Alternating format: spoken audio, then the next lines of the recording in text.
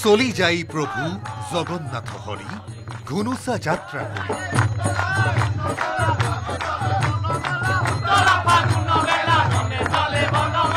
সমস্ত জগতে বেৰি বেৰি চাৱে ৰথৰ উপৰে হৰি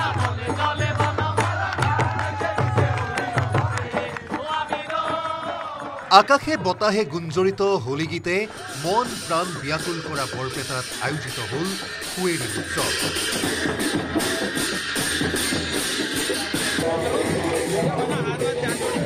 চাৰিদিনীয়া বৰ্ণাঢ্য কাৰ্যসূচীৰে অনুষ্ঠিত হোৱা দৌল উৎসৱৰ বাবেই এই সমাগম।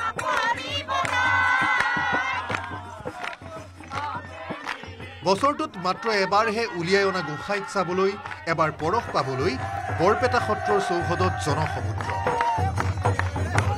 প্ৰথম দিনা গ্ৰন্থসভা, দ্বিতীয় আৰু তৃতীয় দিনা বৰদৌল আৰু চতুৰ্থ দিনা ফাকুৱা তথা কুৱেৰী উৎসৱ উদযাপন কৰা হল প্ৰাণ ভৰি।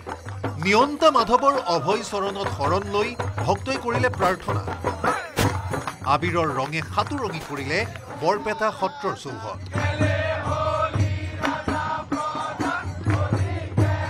কলীয়া গোসাঁইক সমাজৰ মাজলৈ উলিয়াই অনাৰ পূৰ্বেই বৰপেটা সত্ৰৰ বাকৰিত সমবেত হল হেজাৰ হেজাৰ ৰাইজ। ঠায়ে ঠায়ে বৈঠক পাতি গালে হোলী গীত, বাজি উঠিল ঢোলক, বাজি উঠিল মঞ্জিৰা। দৌল উৎসৱৰ শেহৰটো দিনত কলীয়া গোসাঁই আৰু দৌল গোবিন্দ প্ৰভুৰ দুখানি চৰণত শিৰনত কৰি ভক্তই বিচাৰিলে আশীৰ্বাদ।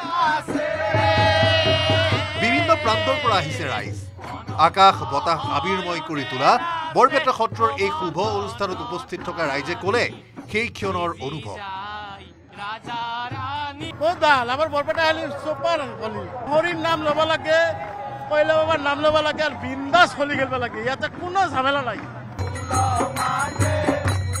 আবিৰৰ ৰং, কৃষ্ণ প্ৰেম আৰু প্ৰকৃতি বন্দনাৰে মুখৰিত হোলী গীতৰ সুৰত বৈকুণ্ঠপুৰীত পৰিণত হল সত্ৰনগৰী বৰপেটা। নিৰ্ধাৰিত সময় অনুসৰি দৌল গোবিন্দ মহাপ্ৰভু আৰু কলীয়া গোসাঁইক তোলা হল দুখন দোলাত। বাদ্য বাজানাৰে সৰ্বাংগময় বৰপেটাৰ পৰা গোসাঁইক লৈ যোৱা হল বৰপেটা সত্ৰৰ দক্ষিণে অৱস্থিত কলবাৰী সত্ৰলৈ হেকেটা মাহ খুৱাবলৈ। দৌল গোবিন্দ মহাপ্ৰভু আৰু কলীয়া গোসাঁইৰ সৈতে বাৰাদি সত্ৰৰ গোসাঁইকো দোলাত তুলি নিলে কলবাৰী সত্ৰলৈ। ঘুনুচা কীৰ্তনত উল্লেখ কৰা অনুসৰিয়ে বৰপেটাত অনুষ্ঠিত হয় দৌল উৎসৱ।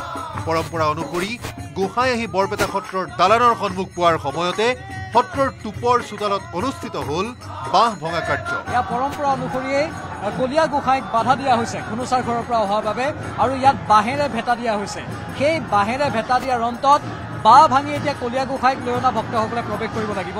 লক্ষ্মী পক্ষৰ সৈতে কৃষ্ণপক্ষ যুক্তিত পৰাস্ত হোৱাৰ পাছতেই কীৰ্তন ঘৰৰ চৌপাশে ৭ পাক প্ৰদক্ষিণ কৰোৱা হল গোসাঁই। কইলা বাবাৰ জয়ধ্বনিৰে মুখৰিত হল কীৰ্তন ঘৰৰ চৌপাশ। উত্তৰ দিশেৰে মণিকূটত প্ৰৱেশ ঘটিল গোসাঁই। ৰঙে ৰসে একাকাৰ বৰপেটাত এইবাৰলৈ অন্ত পৰিল দৌল উৎসৱৰ। কিন্তু অনাগত বসন্তৰ সুবাসেৰে সুবাসিত হল সমগ্ৰ সত্ৰনগৰ। বৰপেটাৰ দৌল উৎসৱৰ পৰা নিৰঞ্জন দাস আৰু কেমেৰাত অঞ্জনৰ সহযোগত প্ৰাঞ্জল প্ৰতিম হাজৰিকাৰ report, news 18 Assam north east. আপুনি বিচৰা বাতৰি পাব কেৱল নিউজ 18 এপত। নিউজ 18 এপ ডাউনলোড কৰিবলৈ স্কেন কৰক এই QR কোড। গুগল প্লে ষ্টৰতো পাব এই নিউজ 18 এপ।